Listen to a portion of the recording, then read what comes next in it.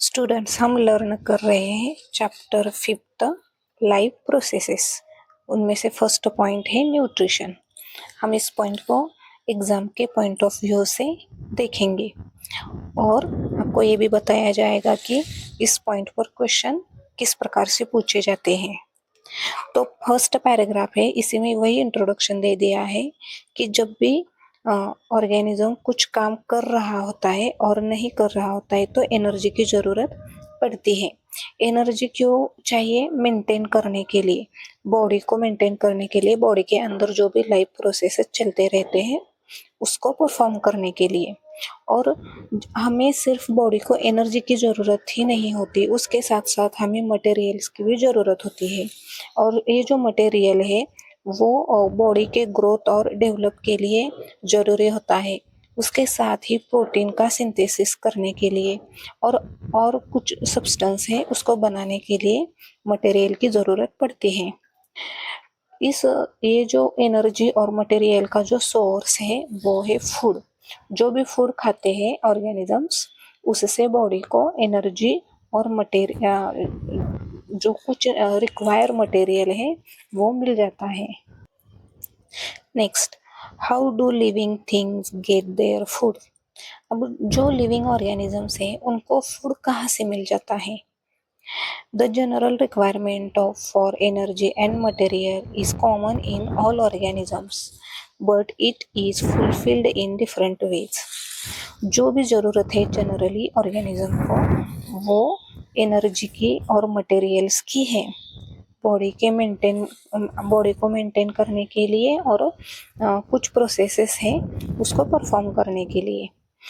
ये अलग अलग तरीके से फुलफिल की जाती है। Some organisms use simple food material obtained from inorganic sources in the form of carbon dioxide and water. कुछ ऑर्गेनिजम्स होते हैं जैसे कि प्लांट क्या करते हैं, कार्बन डाइऑक्साइड का यूज करते हैं प्लस वाटर। प्लांट को वाटर सॉइल में से मिल जाता है और CO2 कार्बन डाइऑक्साइड जो भी है वो एयर में से मिल जाती है। इसका यूज करके प्लांट क्या करते हैं, फूड मटेरियल तैयार करते हैं। और आपको पता ही है वो फूड मटेरियल फोटोसिंथेसिस के प्रोसेस से तैयार करते हैं। These organisms, the autotrophs, include green plants and some bacteria. और ये जो फोटोसिंथेसिस की जो प्रोसेस है वो ग्रीन प्लांट में होती है। क्यों होती है? क्योंकि ग्रीन प्लांट में क्या होता है, क्लोरोफिल होता है जो कि फोटोसिंथेसिस के लिए मोस्ट इम्पॉर्टेंट है। इसलिए ग्रीन प्लांट जो है उसमें फोटोसिंथेसिस होता है। और वो कैसे प्लांट है? एटोट्रॉप्स। एटोट्रॉप्स माने खुद का फूड खुद बनाने वाले। Auto means self and trophs means food.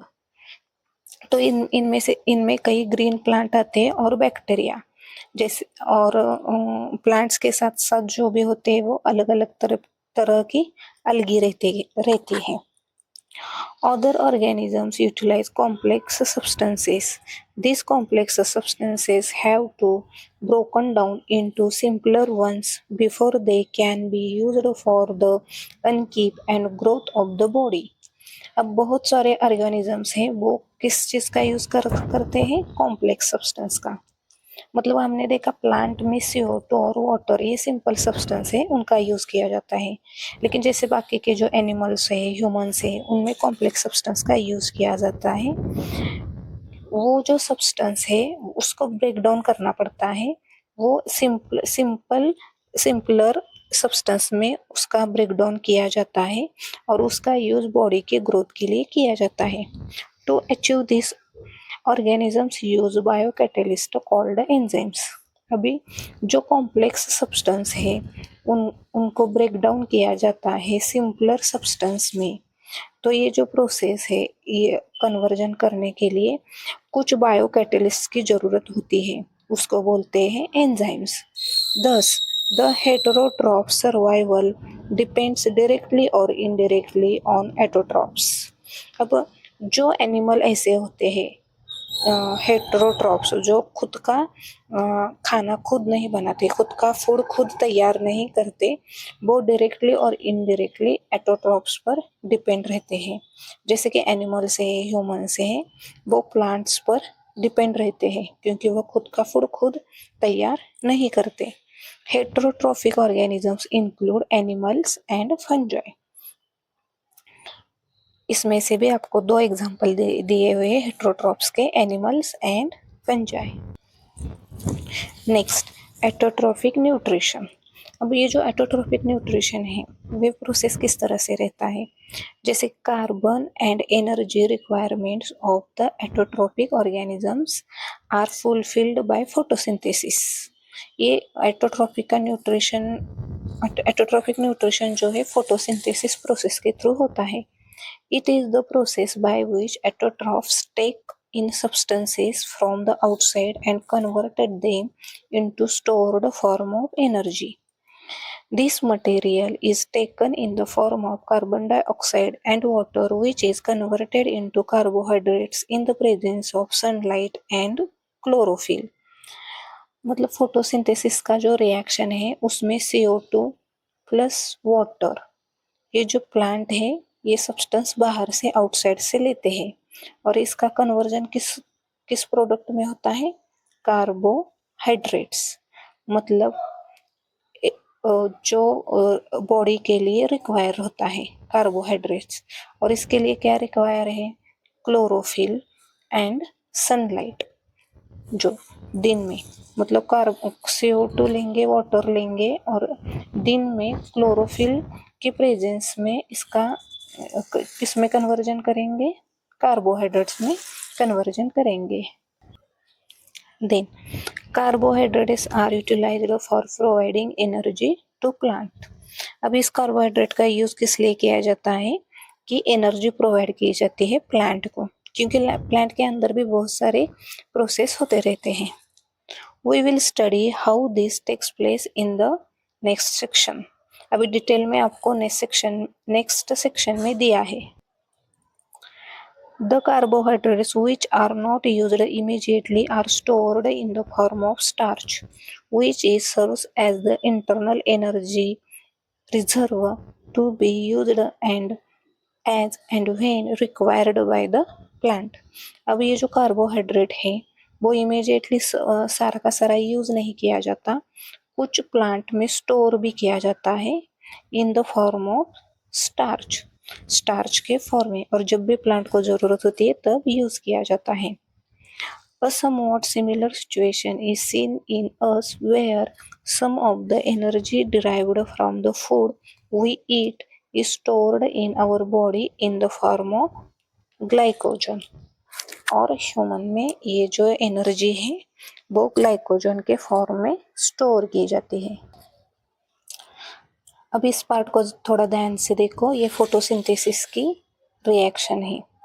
यहाँ पे कार्बन डाइऑक्साइड और वाटर जो कि प्लांट में अब्सॉर्ब किया है, ये जो कार्बन डाइऑक्साइड है वो एयर से लिया हुआ है और ये जो वाटर है वो सॉइल से। अब ये रिएक्शन है वो दिन में होगी तो सनलाइट है, और क्लोरोफिल जो है वो इसका एक वहाँ यहाँ स्पेशल फंक्शन रहता है सनलाइट एब्सॉर्ब करने का। और ये जो है C6H12O6, इसको ये जो ग्लूकोज है ये है कार्बोहाइड्रेट, और ये जो वाटर मॉलिक्यूल है इसका ब्रेक डाउन होता है हाइड्रोजन और ऑक्सीजन में। तो इस प्रोसेस को डिटेल में देखते हैं। फर्स्ट पॉइंट दिया है absorption of light energy by chlorophyll. अब ये जो क्लोरोफिल है ये क्या करते हैं? एब्सॉर्प्शन ऑफ लाइट एनर्जी को सक करते हैं। Second, conversion of light energy to chemical energy and split of water molecules into hydrogen and oxygen. अब ये जो लाइट एनर्जी ली हुई है उसको केमिकल एनर्जी में कन्वर्ट करते हैं, और ये जो वाटर है उसका हाइड्रोजन एंड ऑक्सीजन में स्प्लिट करते हैं वाटर मॉलिक्यूल को। थर्ड स्टेप होती है reduction of carbon dioxide to carbohydrates. मतलब फाइनल एक कार्बोहाइड्रेट जो प्रोडक्ट है वो तैयार हो जाता है। These steps need not take place one after the other immediately. For example, desert plants take up carbon dioxide at night and prepare an intermediate which is acted upon by the energy absorbed by the chlorophyll during the day. इसका मतलब ये है कि ये जो 3 steps बताए गए हैं ये 1 बाय 1 होना ज़रूरी नहीं है, क्योंकि डेजर्ट में क्या होता है, जो कुछ प्लांट है वो नाइट को कार्बन डाइऑक्साइड एब्सॉर्ब करते हैं और इंटरमीडिएट सब्सटेंस तैयार करके रखते हैं और फिर दिन में क्लोरोफिल क्या करता है, एनर्जी एब्सॉर्ब करता है। तो ये जो 3 स्टेप्स है वो आगे पीछे हो जाते हैं।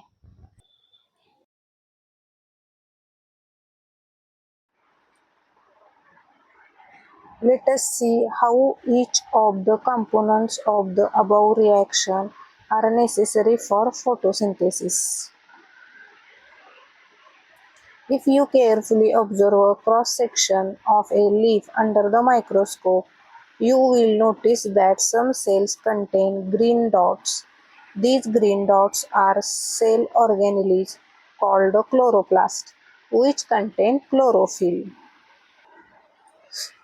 अभी यहाँ पे आपको ये जो है ये लीफ का क्रॉस सेक्शन दिया हुआ है। ये लीफ का क्रॉस सेक्शन यहाँ से लिया हुआ है और ये जो पार्ट हम माइक्रोस्कोप के अंदर देखेंगे तो आपको ये सारी चीज़ें दिखाई देंगी। अब इसका जो नीचे वाला पार्ट है वो ये है, इसको बोलते हैं लोअर एपिडर्मिस, और ऊपर वाला पार्ट है उसको बोलते हैं अपर एपिडर्मिस। अब यहाँ बीच में जो सेल्स है, इस सेल्स के अंदर ये जो ग्रीन वाला पार्ट दिखाई दे रहा है, इस तरह का ग्रीन वाला पार्ट उसको बोलते हैं क्लोरोप्लास्ट, और इस क्लोरोप्लास्ट के अंदर क्या होता है, क्लोरोफिल। वो जो क्लोरोफिल है उसकी वजह से लीफ को कौन सा कलर होता रहता है, ग्रीन कलर रहता है। बीच बीच में ये कुछ एयर स्पेसेस है और ये जो बीच का जो गैप है, ये जो गैप है इसको बोलते हैं स्टोमेटा, जो आपको आगे है डिटेल में। इसके साइड में ये जो सेल्स है उसको बोलते हैं गार्ड सेल्स, और इसका फंक्शन होता है प्रोटेक्शन करना। Let us do an activity which demonstrate that chlorophyll is essential for photosynthesis. अब हमने फोटोसिंथेसिस की रिएक्शन देख ली है यहाँ पे, तो इस फोटोसिंथेसिस के रिएक्शन में ये इधर लिखा है क्लोरोफिल। क्लोरोफिल एक इम्पोर्टेंट होता है, सनलाइट इम्पोर्टेंट होता है और कार्बन डाइऑक्साइड इम्पोर्टेंट होता है। तो अभी यहाँ पे आपको एक एक्सपेरिमेंट दिया हुआ है, इस एक्सपेरिमेंट से पता चल जाएगा कि फोटोसिंथेसिस के लिए क्लोरोफिल इम्पोर्टेंट है। तो फर्स्ट क्या है, आपको पोटेड प्लांट लेना है विथ वेरीगेटेड लीव्स, इस तरह के लीव्स लेने हैं। आप मनी प्लांट के लीव्स ले सकते हैं, मतलब वो जो लीव्स रहते हैं वो पूरी तरह ग्रीन नहीं रहते, उनका कुछ कुछ पार्ट ग्रीन रहता है, बाकी के जगह वो ग्रीन नहीं रहेंगे, कुछ अलग कलर रहेगा। उसके बाद उस प्लांट को आपको क्या करना है, 3 डेज तक डार्क रूम में रखना है। किस लिए रखना है, क्योंकि इस प्लांट के अंदर क्या होगा, स्टार्च होगा, जो पहले से जो तैयार किया हुआ है प्लांट ने, जो भी बचा के रखा है, ये जो स्टार्च है वो इस प्लांट के अंदर होगा। अगर 3 दिन के लिए अगर हम इसको डार्क रूम में रखेंगे, डार्क रूम में क्या होगा, सनलाइट भी नहीं मिलेगी, तो इसकी वजह से क्या होगा, फोटोसिंथेसिस नहीं होगा और ये जो स्टार्च जितना भी इस लीफ के अंदर है वो सारा यूटिलाइज किया जाएगा। इसलिए हमें 3 दिन इस प्लांट को डार्क रूम में रखना है। Then now keep the plant in sunlight for about 6 hours. उसके बाद हमको प्लांट को 6 आवर्स के लिए सनलाइट में रखना है। क्योंकि सनलाइट में रखेंगे तो क्या होगा, थोड़ी जगह फोटोसिंथेसिस, जिधर भी ग्रीन कलर है वहाँ थोड़ा फोटोसिंथेसिस का रिएक्शन होगा, फोटोसिंथेसिस की प्रोसेस होगी। Pluck a leaf from plant, mark the green areas in it and trace them on a sheet of paper. अब जहाँ पे जो ग्रीन एरिया है लीफ के ऊपर ऊपर जो दिखाई दे रहा है वहाँ पे मार्क करना है, क्योंकि वहाँ पे ही क्लोरोफिल होगा ना, जिधर जिधर ग्रीन एरिया है उधर। Deep the leaf in boiling water for a few minutes. उसके बाद बॉइलिंग वाटर लेना है और उसमें थोड़ी देर के लिए डीप करना है। After this immerse it in a beaker containing alcohol. उसके बाद हमें क्या करना है, उसको अल्कोहल के कंटेनर में डुबो देना है। Carefully place the above beaker in a water bath and heat till the alcohol begins boil. मतलब अल्कोहल बॉईल होना चाहिए इतनी देर तक। What happens to the colour of the leaf, what is the colour of the leaf solution. उसके बाद क्या करेंगे, हम ऑब्जर्व करेंगे कि लीफ का कलर किस तरह का बन जाता है। Now deep the leaf a dilute solution of iodine for a few minutes. उसके बाद क्या करेंगे, हम लीफ को क्या करेंगे, आयोडीन सॉल्यूशन में थोड़ी देर के लिए छोड़ देंगे। अब आयोडीन सॉल्यूशन में क्यों छोड़ना है, इसलिए छोड़ना है क्योंकि लीफ में क्या प्रेजेंट है, स्टार्च प्रेजेंट है, और स्टार्च और आयोडीन की क्या हो जाएगी, रिएक्शन हो जाएगी, इसलिए। Then leaf and rinse off the iodine solution. Iodine solution से लीफ को बाहर निकालना है और रिंस करना है। Observe colour of the leaf and compare this with tracing of the leaf done in the beginning. शुरू में हमने एक लीफ जो है वो उसके ऊपर उसको मतलब नहीं रखा था थोड़ी देर के लिए, उसको फोटोसिंथेसिस के लिए सनलाइट में, उस लीफ के साथ उसको कंपेयर करना है। What can you conclude about the presence of starch in various areas of life? अब ये आयोडीन के साथ अगर आयोडीन में हमने लीफ को डुबो दिया तो जहाँ पे जो ग्रीन एरिया था उस ग्रीन एरिया में क्या प्रेजेंट था, क्लोरोफिल प्रेजेंट था। तो क्या हुआ, उन वहाँ पे रिएक्शन हो गई और ये जो कलर है जहाँ भी ग्रीन कलर था वो ग्रीन कलर किस तरह का हो गया, ब्लू कलर का, डार्क ब्लू कलर का कलर हो गया। इसका मतलब क्या, यहाँ पे स्टार्च था, स्टार्च प्रेजेंस था। क्यों था, क्योंकि हमने लीफ को फिर से 6 घंटे के लिए फोटोसिंथेसिस, 6 घंटे का फोटोसिंथेसिस होने के लिए उसको सनलाइट में रखा था। इसका मतलब क्या हुआ कि यहाँ पे क्लोरोफिल का यूज होता है फोटोसिंथेसिस के रिएक्शन में। Then next, now let us study how the plant obtain carbon dioxide. अभी यहाँ पे आपको जो डायग्राम दी गई हुई है ये स्टोमेटा की डायग्राम है। मतलब ये जो आपको सेल्स दिखाई दे रहे हैं, ये जो इसके अंदर इसकी वजह से ये बीच में ओपनिंग हो रहा है। जब ये इस तरह से सिकुड़ जाएगा तब ये क्या हो जाएगा, ओपनिंग बंद हो जाएगा, मतलब ये क्लोज हो जाएगा। ये जो पोर है इसको क्या बोलते हैं, स्टोमेटा, स्टोमेटल पोर। और ये जो ग्रीन कलर का है वही है क्लोरोप्लास्ट। और ये साइड के जो है वो है गार्ड सेल्स। गार्ड सेल्स का फंक्शन क्या होता है, प्रोटेक्शन, प्रोटेक्ट करना। अभी ये हमेशा ओपन नहीं रहता, ये क्लोज हो जाता है। इसका रीज़न दिया है यहाँ पे। ये स्टोमेटा मतलब एक क्या है, एक टाइनी पोर्स है present on the surface of the leaves, leaves के सरफेस पर रहते हैं। Massive amounts of gases exchange takes place in the leaves through these pores for the purpose of photosynthesis. जब फोटोसिंथेसिस होता रहता है तब इस छेद से, ये स्टोमेटल पोर से मैसिव मतलब बहुत ज़्यादा तरीके से बहुत ज़्यादा अमाउंट में गैसेस एक्सचेंज होता है और वाटर भी निकल जाता है, मतलब वेपराइज होता है। इसलिए ये जो पोर्स हैं वो हमेशा ओपन नहीं रहते, ये क्लोज हो जाते हैं।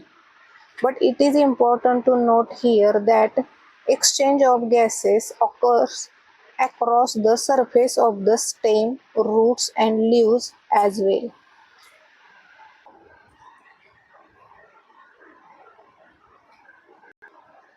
इधर दिए large amount of water can also be lost through these stomata.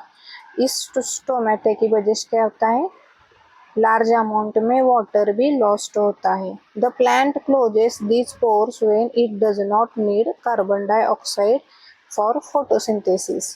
Photosynthesis के दौरान अगर कार्बन डाइऑक्साइड की ज़रूरत नहीं है तो प्लांट ये जो स्टोमेटा है वो क्लोज कर देते हैं। The opening and closing of the pore is a function of guard cell. ये जो गार्ड सेल्स हैं इनका फंक्शन रहता है स्टोमेटो को ओपन कब रखना है और क्लोज करना है। The guard cells swell when water flows into them causing the stomatal pore open.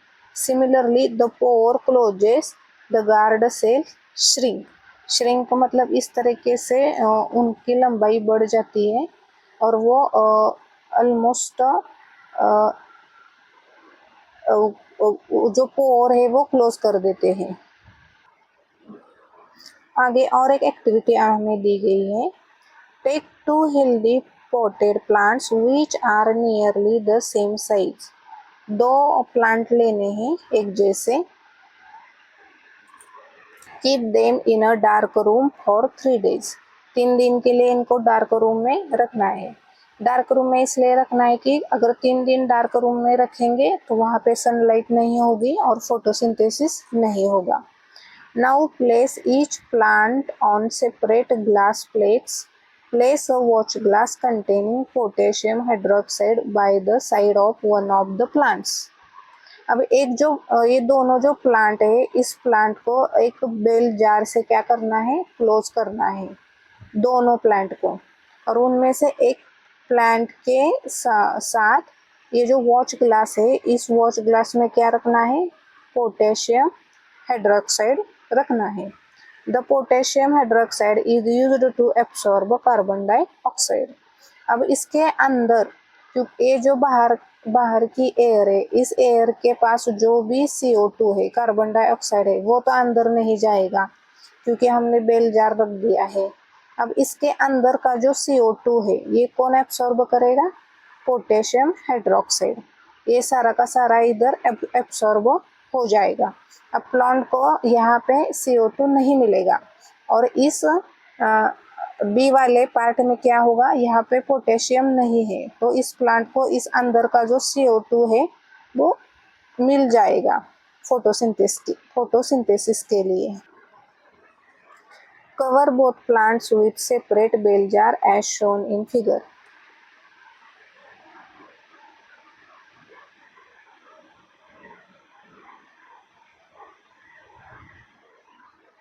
उसके बाद क्या करना है, प्लांट को सनलाइट में रखना है 2 आवर्स के लिए।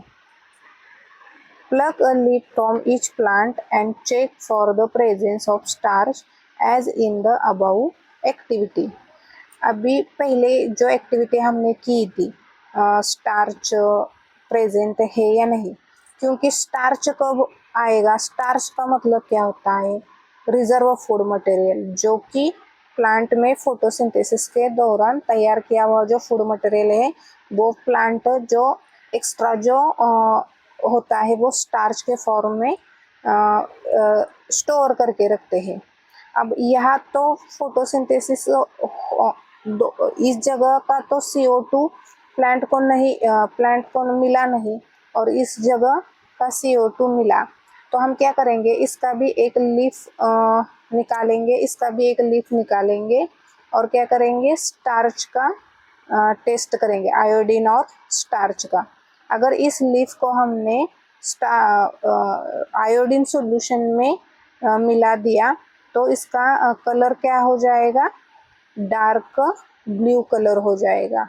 डार्क ब्लू कलर हो गया मतलब क्या, यहाँ पे फोटोसिंथेसिस सॉरी इसके कलर में इसका कलर डार्क ब्लू हो जाएगा, तो इसका मतलब क्या होगा, यहाँ पे फोटोसिंथेसिस हो चुका है क्योंकि इस प्लांट को CO2 मिल गया है। लेकिन इस प्लांट का लीफ अगर हम ले लेंगे तो क्या होगा, इस प्लांट का लीफ का कलर डार्क ब्लू नहीं होगा क्योंकि इधर CO2 नहीं मिला है। तो हमें ये समझ में आ गया कि फोटोसिंथेसिस के लिए CO2 जरूरी है। Based on the two activities performed above, can we design an experiment to demonstrate that sunlight is essential for photosynthesis? अभी हमने यहाँ पे दो एक्टिविटी की। पहली जो एक्टिविटी हमने यहाँ पे की, वो इस एक्टिविटी में क्या किया, पोटेशियम हाइड्रोक्साइड, ये जो एक्टिविटी थी यहाँ पे पोटेशियम हाइड्रोक्साइड से हमें ये पता चल गया कि CO2 फोटोसिंथेसिस के लिए ज़रूरी है। और ये जो पहली एक्टिविटी थी, यहाँ पे क्या कंक्लूजन मिला कि क्लोरोफिल जो है वो फोटोसिंथेसिस के लिए ज़रूरी है। अब यहाँ पे कहा है कि अब सनलाइट के लिए ये प्रोसेस या एक्सपेरिमेंट आप करके देख लो। अब हम क्या करेंगे, सनलाइट ज़रूरी है या नहीं, तो पहली जो स्टेप है वही करेंगे। 3 दिन के लिए प्लांट को डार्क रूम में रखेंगे क्योंकि जो पहले से प्लांट के अंदर जो फोटोसिंथेसिस की वजह से जो स्टार्च तैयार हुआ है वो सब खत्म हो जाए। उसके बाद हम क्या करेंगे, प्लांट को यहाँ से प्लांट को क्या सारा स्टार्च खत्म हो गया। उसके बाद हम क्या करेंगे, प्लांट को सनलाइट नहीं देंगे, एक प्लांट को सनलाइट देंगे, एक प्लांट को सनलाइट नहीं देंगे, और फिर स्टार्च और आयोडीन की टेस्ट लेंगे।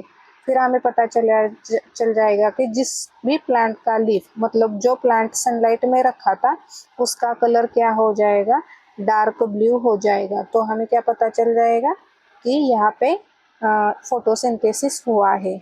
और जो प्लांट हमने बिना सनलाइट के रखा हुआ है उसमें ये कलर नहीं आएगा। Next, so far we have talked about how autotrophs meet their energy requirements, but they also need other raw materials for building their body. Water used in photosynthesis is taken up from the soil by the roots in terrestrial plants. अब plant को energy चाहिए और इसके लिए जो एटोट्रॉप्स होते हैं वो प्लांट क्या करते हैं, फोटोसिंथेसिस जो प्रोसेस है वो फॉलो करते हैं, परफॉर्म करते हैं। और उसके साथ हमें क्या चाहिए, प्लांट के लिए और भी चीज़ें चाहिए होती है, जैसे कि वाटर भी चाहिए होता है फोटोसिंथेसिस के लिए। तो प्लांट वो वाटर कहाँ से लेता है, सॉइल से लेता है। जो प्लांट के रूट्स होते हैं वो वाटर एब्सॉर्ब करते हैं सॉइल से। Other materials like nitrogen, phosphorus, iron and magnesium are taken up from the soil. और जो भी बाकी के जो इम्पोर्टेंट चीज़ें हैं जैसे कि नाइट्रोजन, फॉस्फोरस, आयरन, मैग्नीशियम, ये भी सॉइल से लिया जाता है। Nitrogen is essential element used in the synthesis of proteins. Nitrogen एक इसेंशियल एलिमेंट है जो प्रोटीन सिंथेसिस में यूज किया जाता है, एंड अदर कंपोनेंट्स में भी यूज किया जाता है। अब ये नाइट्रोजन जो प्लांट लेते हैं वो इनऑर्गेनिक नाइट्रेट्स और नाइट्रेट्स से भी लेते हैं, और it is taken up as organic compounds which have been prepared by bacteria from atmospheric nitrogen. कुछ प्लांट्स ऐसे होते हैं जिनके जो रूट्स होते हैं, इस रूट्स के ऊपर एक स्ट्रक्चर रहता है इस तरह का, इसके अंदर बैक्टीरिया रहते हैं, और इन बैक्टीरिया का काम क्या होता है, एयर में से जो भी और सॉइल में से जो भी नाइट्रोजन है वो नाइट्रोजन यहाँ पे ट्रैप करके रखे। और इस बैक्टीरिया का नाम होता है राइजोबियम, जो आपने पहले छोटे क्लास में सीखा हुआ है। तो यहाँ से भी प्लांट क्या करते हैं, एटमॉस्फेरिक नाइट्रोजन भी प्लांट को मिल जाता है बैक्टीरिया की वजह से। तो ये जो था एटोट्रॉफिक न्यूट्रिशन मोड था। अभी आगे का जो है हेटेरोट्रॉफिक न्यूट्रिशन, मतलब ऐसे जो एनिमल और फंजाई की जो खुद का फूड खुद नहीं बनाते और फूड के लिए वो एटोट्रॉफ पर डिपेंड होते हैं। Each organism is adapted to its environment The form of nutrition differs depending on the type and availability of food material as well as how it is obtained by the organism. अब heterotrophs जो है वो किस तरह से अपना food उनको मिलता है, उसके डिफरेंट डिफरेंट वेज हैं. For example, whether the food source is stationary such as a grass or mobile such as a deer wood allows for differences in how the food is accessed and what is the nutritive apparatus used by a cow and a lion. There is a range of strategies by which the food is taken in used by organisms. Some organisms break down the food material outside the body and then absorb it. मतलब कुछ ऐसे organism हैं जो body के बाहर food को break down करते हैं और अपना मतलब उसके बाद फूड एब्जॉर्ब करते हैं. फॉर फंजाई और उसका जो एग्जांपल है वो ब्रेड मोल्ड्स और ईस्टर mushrooms. Other take in whole material and break it down inside their body. कुछ ऐसे होते कि जो फूड मटेरियल पहले लेते हैं और फिर उस फूड को ब्रेक डाउन करते हैं. What can be taken in and broken down depends on the body design. मतलब वो क्या अंदर लेंगे, क्या खाएंगे और किस तरीके से उस उस फूड का ब्रेक डाउन करेंगे, ये ऑर्गेनिज्म के बॉडी के डिज़ाइन पर डिपेंड रहता है. Some other organisms derive nutrition from plants or animals without killing them. कुछ ऐसे ऑर्गेनिजम्स हैं कि जो प्लांट या एनिमल को किल नहीं करते और अपना न्यूट्रिशन लेते हैं. This parasitic nutrition strategy is used by a wide variety of organisms.